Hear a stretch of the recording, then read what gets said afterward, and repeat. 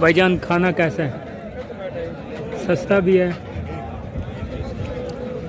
क्या खा रहे हैं भाईजान? मैं चावल और गोश्त खा रहा हूं। माशाल्लाह माशाल्लाह।